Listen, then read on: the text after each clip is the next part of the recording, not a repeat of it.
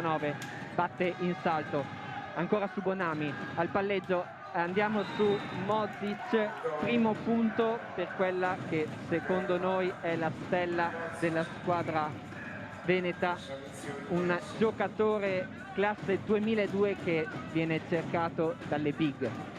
Sì, qua come vedi. Alto, ancora su Bonami, palla ancora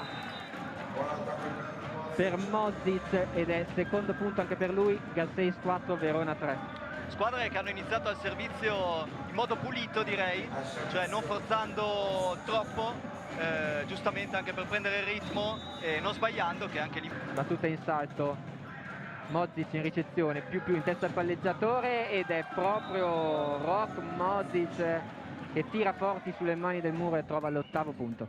Ottimo inizio di Modric, davvero impressionante dal vivo anche l'atletismo con cui entra sulla palla e diventa difficile poi se non si indirizzano bene le mani a... Che gioca, porta la palla di là in palleggio, quindi ancora Verona e ancora Modric che fa una grandissima giocata. 4-3, si stanno scaldando gli animi in campo.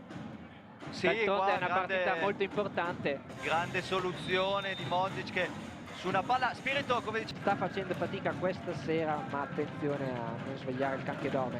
Ancora Modric cercato da Recine. Ce ne sono le due squadre, gran palla anche qua di Recine. La ricezione del centro va Modric, cerca il pallonetto, Brisard, invasione di Piacenza che quindi il servizio flot di Nikolic, sbaglia l'attacco Piacenza e intanto Aspaurov al servizio riesce a rigiocare Piacenza che riceve male e subito Modric l'abbiamo chiamato. Con la battuta in salto, no, batte bene, ricezione difficile per Verona che poi chiama in causa proprio...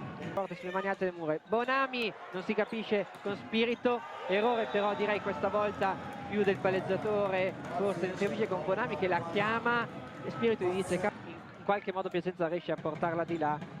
Spirito per Modric e quindi 11° punto, volta al servizio, questa volta una pseudo palla in salto e riesce Modric, alto flot, ma che palla, Bonami in qualche modo Spirito per Modric, 1-3, palla che rimane alta, Brisard non riesce a prenderla, gran colpo qui di Modric, ma che servizio di Max.